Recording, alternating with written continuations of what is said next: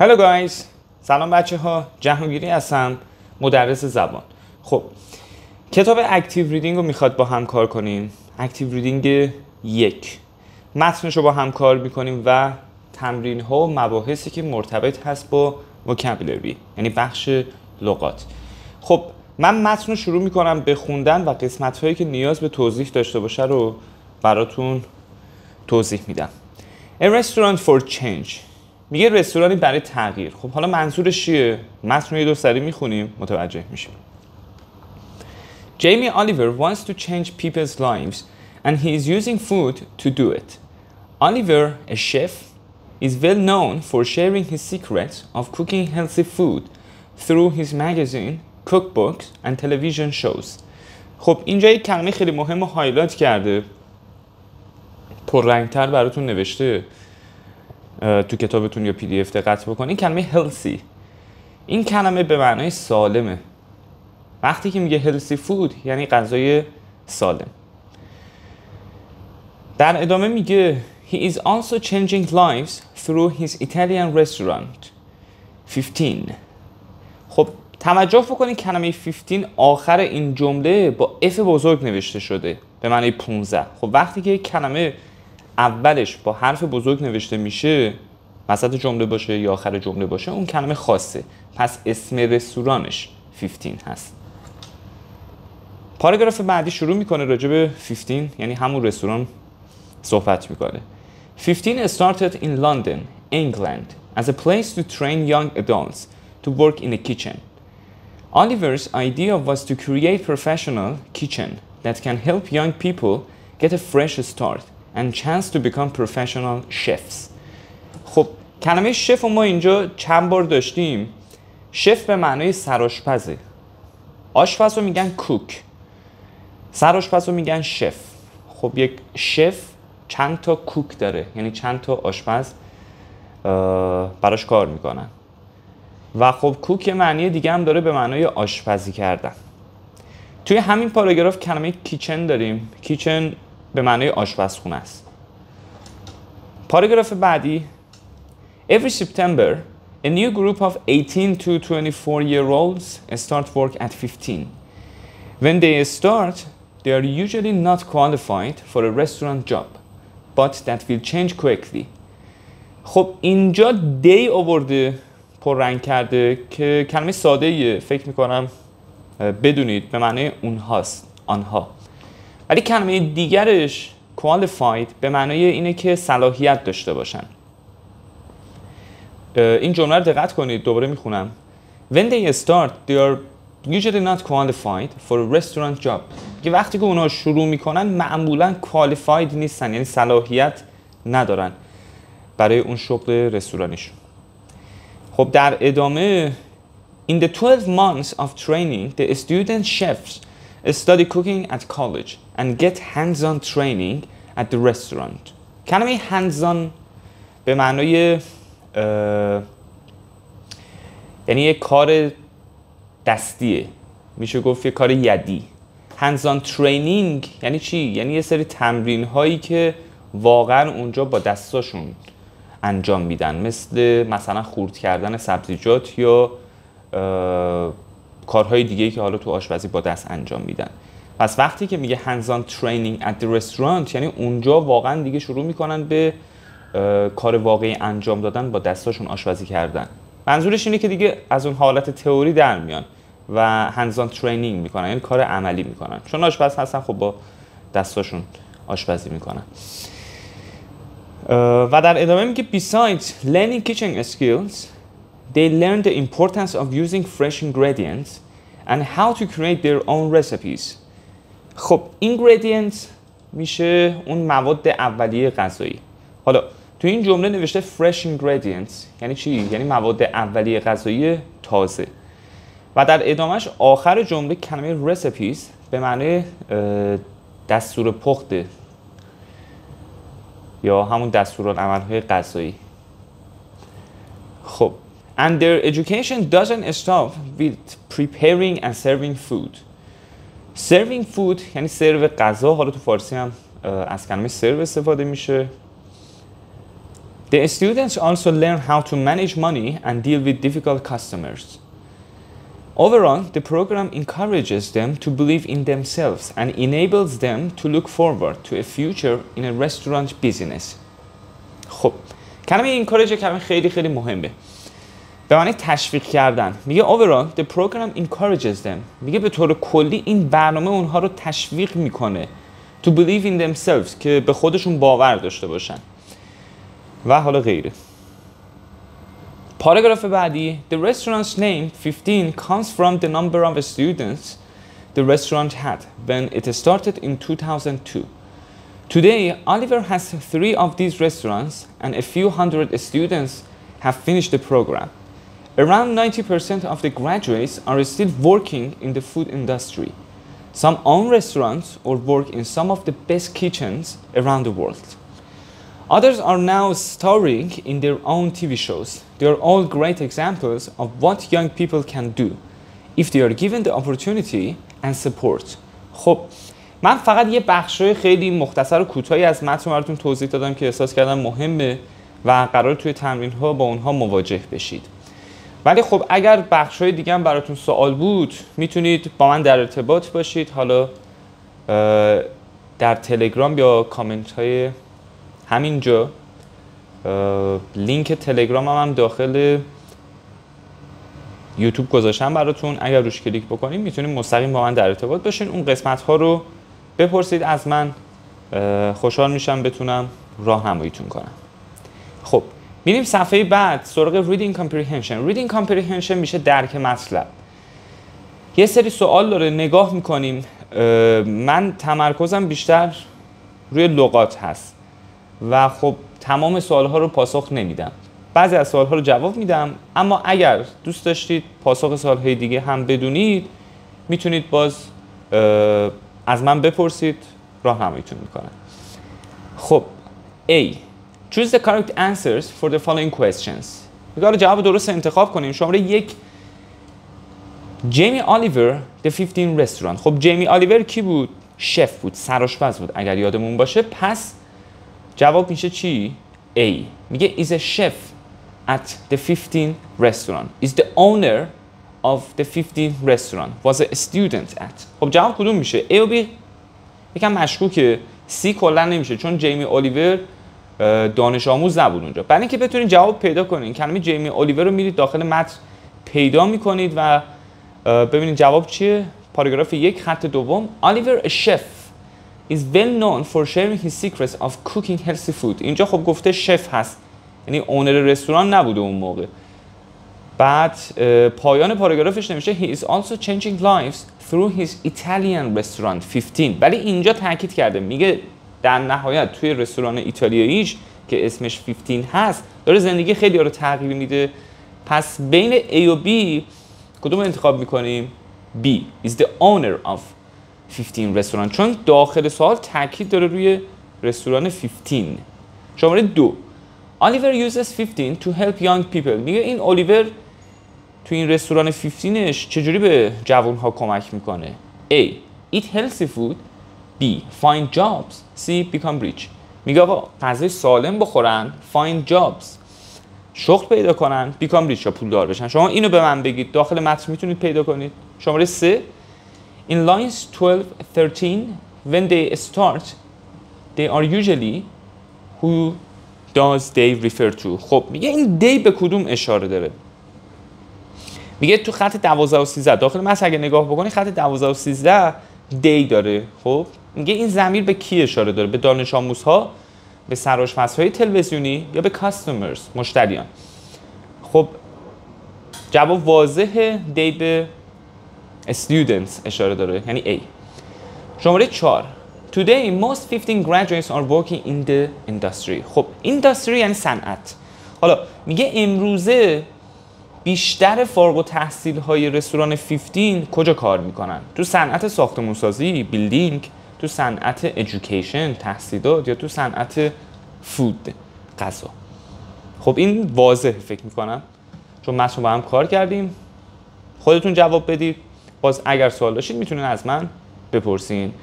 بخش B و سی رو من کار نمی کنم. میریم مستقیم سراغ vocabulary یعنی بخش لغات. خب complete each sentence with the best answer. The words in blue are from the passage. خب بعد این کلمات رو داخل جای مناسبی که تعبیه شده بذاریم.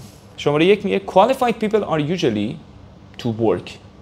میگه افراد یا مردمی که صلاحیت دارن معمولاً ترین شده هستن یا not trained. خب کسی که صلاحیت داره یعنی ترین شده هست. پس جواب میشه A. با توجه به متن باید جواب بدیم ولی خب بعضی از سوال‌ها پاسخش خیلی واضحه. سوال 2. The cafe near my home serves. میگه این کافه نزدیک خونم چی سرو میکنه؟ Good chefs, delicious food. آیا سرآشپز براتون سرو میکنه؟ مثلا سرآشپز رو میاره تو بشقاب بهتون میده یا غذای خوشمزه میاره؟ جواب میشه B. Delicious food. شماره 3. Which of these are ingredients؟ میگه کدوم یکی از اینها ingredients هست؟ ingredients چی میشد؟ مواد اولیه غذایی. مثلا شما میخوای قرمه سبزی درست کنی، مواد اولیه‌اش چیه؟ سبزی و گوشت و لوبیا. خب A. Forks and spoons. قاشق چنگال. B. Carrots and tomatoes. هویج و حالا گوجه. خب ingredients مواد اولیه غذاه خورده میشه پس میشه B. Carrots and tomatoes. شماره 4. Since this is hands-on training you will need to. خب میگه چون از اون جایی که این یک hands-on training هست یعنی یک تمرین عملیه صحبت کردیم راجبش گفتیم hands-on training میشه اون تمرین هایی که شما دیگه با دست سر و کار داری یعنی عملاً عملیه. You will need to میگه خب چی نیاز داری؟ Use your computer یا travel to the place. میگه از کامپیوترت باید استفاده بکنی یا باید سفر کنی و بری به اون مکان. خب نیا کنید hands-on training یعنی باید حضور داشته باشین چون کار یدیه، کار دستیه، باید از دستتون استفاده بکنید، کار عملیه. پس در نتیجه باید چیکار کنید؟ travel to the place. باید به اون محل برید یا سفر کنید. travel دو تا معنی داره. یک معنیش میشه مسافرت کردن، حالا مسافت‌های بلند. یک معنیش هم میشه همین رفت و آمدهای کوتاه. مثلا اگه میگیم travel to work یعنی من میرم محل کارم. لزومی نداره که خیلی دور باشه. شماره 5. Our English teacher encourages us. خب میگه معلم زبانمون encourage میکنه ما رو، تشویق میکنه که چیکار کنیم؟ To watch movies in English. فیلم انگلیسی تماشا کنیم. فیلم به زبان انگلیسی تماشا بکنیم. B. Not to do our homework. یا تشویقمون میکنه که تمرینامون رو انجام ندیم. خب B هم میتونه باشه. خیلی از معلم‌ها تشویق میکنن که شما تمرینات رو انجام ندید. ولی خب جواب A هست. معلم زبان چیکار میکنه؟ شما رو encourage میکنه که تمرینات رو انجام بدین. حالا من یه مثال میزنم. I encourage you to watch this video to the end. گفتم من شما رو تشویق میکنم که این ویدیو رو تا آخر ببینید. I encourage you to watch this video to the end. و شماره 6. Some examples of healthy foods are. میگه یه سری از مثال‌هایی از غذاهای سالم چیان؟ French fries and potato chips, fruits and vegetables. خب این سوال عمومیه. یعنی توی متن حالا مثالش هم داریم راجع به هلسی فود. اگر یه لحظه تو متن نگاه بکنیم میگه مثلا fresh ingredients استفاده میکنه و اینجور چیزا. خب این نشون دهنده اینه که مواد اولیه غذایش خیلی تازه است و خوبه. حالا با توجه به این صحبتی که داشتیم جواب 6 میشه چی؟ میشه B. fruits and vegetables. healthy foods غذای سالمه. خب میوه و سبزیجات هم غذاهای خوردنی های سالم هستن. French fries and potato chips سیب زمینی سرخ کرده و چیپس خوشمزه است ولی خب سالم نیست، پر از کالریه. شماره 7. Use a recipe to learn how a food. خب میگه از یه رسیپی استفاده میکنی که یاد بگیری چطوری یه غذا taste مزه میده is made ساخته شده. خب رسیپی اگر یادتون باشه میشد دستور پخت، دستورالعمل غذایی. خب پس ما از یه رسیپی استفاده میکنیم که ببینیم یه غذا چطوری درست میشه، نه اینکه چه مزه‌ای میده. اول باید درست شه بخوریم بعد ببینیم چه مزه‌ای میده. پس میشه is made.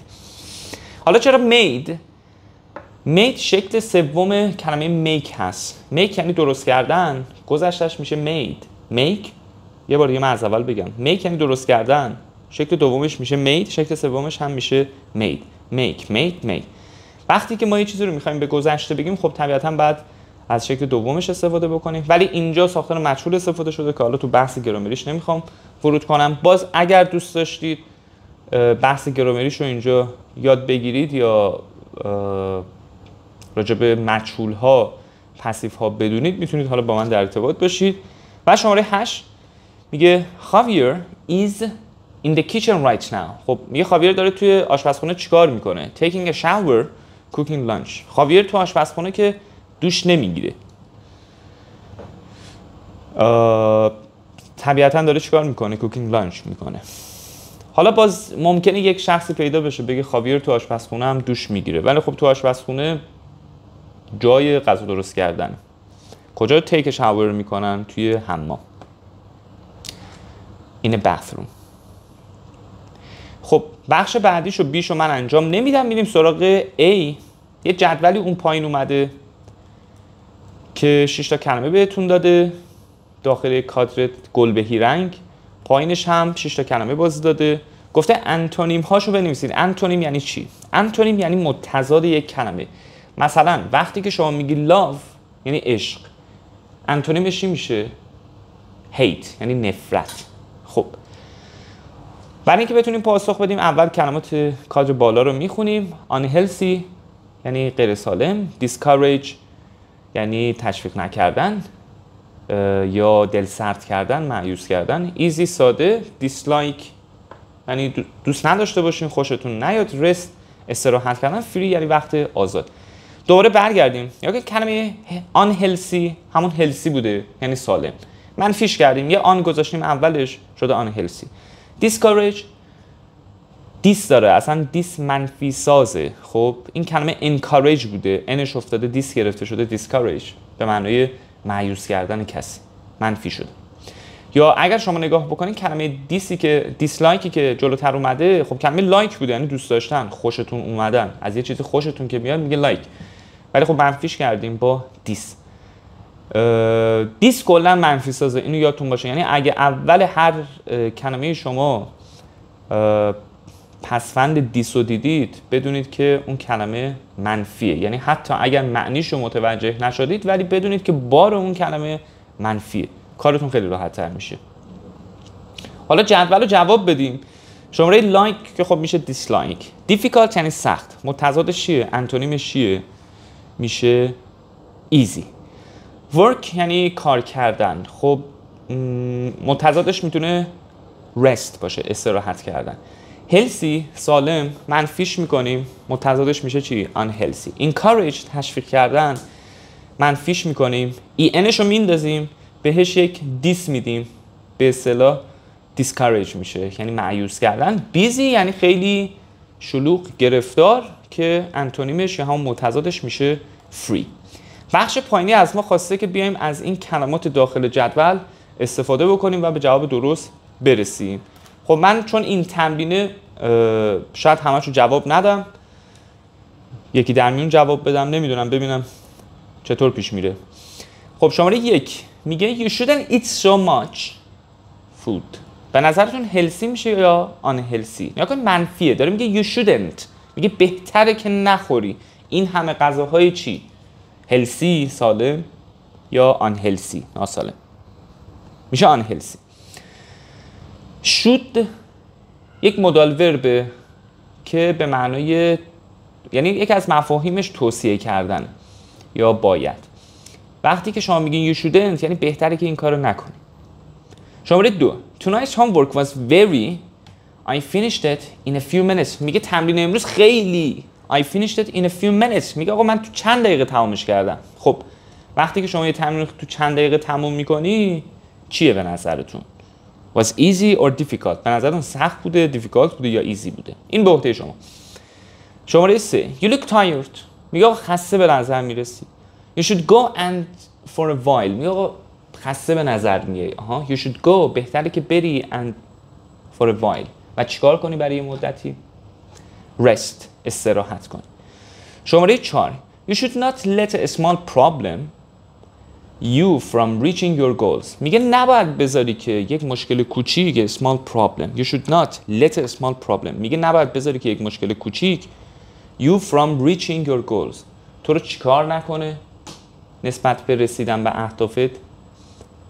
تشویق کنه یا مایوست کنه؟ میشه مایوس. یعنی چی؟ discourage. حالا you should not let a small problem discourage you from reaching your goals. میگه آقا نباید بذاری یه مشکل کوچیک تو رو از رسیدن به اهدافت discourage کنه، مایوس کنه. شماره 5 I really that girl she's always so rude. کلمه رودی که آخر جمله اومده به معنی بیادبه. خب میگه I really، میگه من از این دختر واقعا چی؟ خب she's always so rude، چون همیشه بیادبه. حالا من از این، البته بعضی هستن خوششون میاد از افراد بیادب. جواب میتونه دوتاش باشه، میتونه I really like that girl she's always so rude و اینکه میتونه I really dislike that girl she's always so rude. جواب درست دیسلایکه با توجه به چیزایی که ما یاد گرفتیم و هدفی که این تمارین داره. دیسلایک میشه به خاطر که بار جمله کلا منفیه. خب یعنی وقتی که تاکید میکنه میگه آقا من واقعا، چون خیلی بیادبه، خب قطعا چیزی که این میخواد دیسلایکه. حالا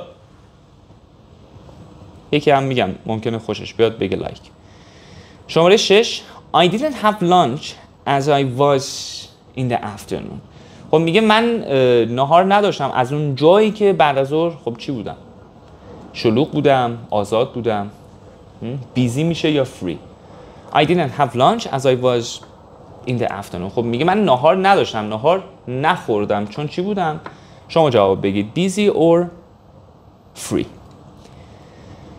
این از این تمام. امیدوارم که براتون مفید بوده باشه. اگر سوالی داشتید میتونید زیر همین پست کامنت کنید و این ویدیو رو برای دوستاتون بفرستید. من جهانگیری هستم، مدرس زبان، و اینکه پیج اینستاگرام منم میتونید فالو کنید، جهانگیری انگلیش. با من هم میتونید مستقیم در ارتباط باشید از طریق تلگرام. لینک کانتکت تلگرام من هم داخل یوتیوب هم گذاشته شده. اگر هم سوالی، پرسشی داشتید یا نگرانی نسبت به یکی از این مباحث داشتید میتونید داخل کامنت ها بپرسید یا دوباره تاکید میکنم با من در تلگرام در ارتباط باشید. حتما این کانال رو سابسکرایب کنید، دنبال کنید. ویدیوهای بعدی هم خواهم گذاشت و اینکه کلی چیزهای خوب با هم تمرین میکنیم. موفق باشید.